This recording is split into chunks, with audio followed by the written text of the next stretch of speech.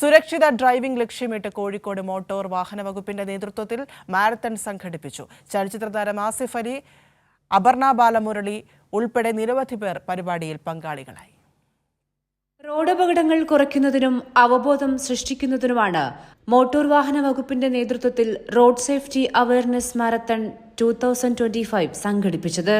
Malabar Christian കോളേജിൽ നിന്ന് ആരംഭിച്ച് ബീച്ചിൽ അവസാനിച്ച പരിപാടിയിൽ നിരവധി പേർ പങ്കാളികളായി. സുരക്ഷിത ഡ്രൈവിംഗ് അവബോധം സൃഷ്ടിക്കുന്ന നിശ്ചല ദൃശ്യങ്ങൾ ഉൾപ്പെടെ മാരത്തണിന്റെ ഭാഗമായി. പരിപാടിയുടെ സമാപന ചടങ്ങ് മേയർ ബീന ഫിലിപ്പ് ഉദ്ഘാടനം ചെയ്തു. വാഹനമോടിക്കുന്നവർ സ്വന്തം വീട്ടുകാരെക്കുറിച്ച് ഓർക്കണമെന്ന് മേയർ. നിങ്ങൾ വല്ലാതെ വേഗതയിൽ പോകുമ്പോൾ നിങ്ങളുടെ അമ്മയെ ഓർക്കുക, നിങ്ങളുടെ കാമുകിയെ ഓർക്കുക, നിങ്ങളുടെ കുഞ്ഞനുജനെ അവന് ഞാൻ മാത്രമേ ഉള്ളൂ എന്നോർക്കുക. തീർച്ചയായിട്ടും നമുക്ക് ഏറ്റവും സ്നേഹമുള്ളവര് ഓരോ പ്രായത്തിൽ ഓരോ പ്രയോറിറ്റിയാണ്, അവരെ നിങ്ങൾ ഓർക്കുക. ചടങ്ങിൽ അതിഥിയായി എത്തിയത് ചലച്ചിത്ര താരം ആസിഫ് അലിയായിരുന്നു. മെല്ലെ വാഹനമോടിക്കുന്നത് തന്തവൈബല്ലെന്ന് യുവാക്കളോട്.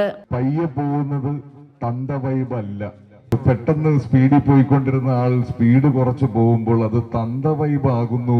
തന്തവൈബ് എന്താണെന്ന് അറിയാലോ അല്ലേ?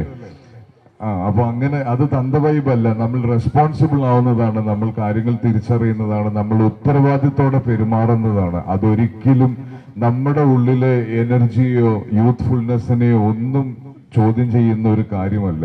സുരക്ഷിതമായി വാഹനമോടിക്കുന്ന വ്യക്തിയാണ് താനെന്നും ചോദ്യത്തിനുത്തരമായി ആസിഫ്. എന്റേതായ മെച്യൂരിറ്റി ഇല്ലാത്ത സമയത്ത് ഞാനും ഒരുപാട് ഇപ്പം പല AI ക്യാമറകളിലും ഒരുപാട് ഫോട്ടോസ് എന്റെ വണ്ടികളുടെ ഉണ്ട്. അതിന്റെയൊക്കെ ഫൈൻ ഞാൻ അടച്ചിട്ടുണ്ട്. പക്ഷെ അനുഭവങ്ങളിലൂടെയാണ് പഠിക്കുന്നത്. ഇപ്പോ ഞാൻ മര്യാദക്കാരനാണ്. ചലച്ചിത്ര താരം അപർണ ബാലമുരളി, സംവിധായകൻ ജിത്തു ജോസഫ്, അഹമ്മദ് ദേവർകോവിൽ MLA, മുതിർന്ന പോലീസ് ഉദ്യോഗസ്ഥർ ഉൾപ്പെടെ നിരവധി പേർ ചടങ്ങിൽ പങ്കെടുത്തു. കൈരളി ന്യൂസ്, കോഴിക്കോട്.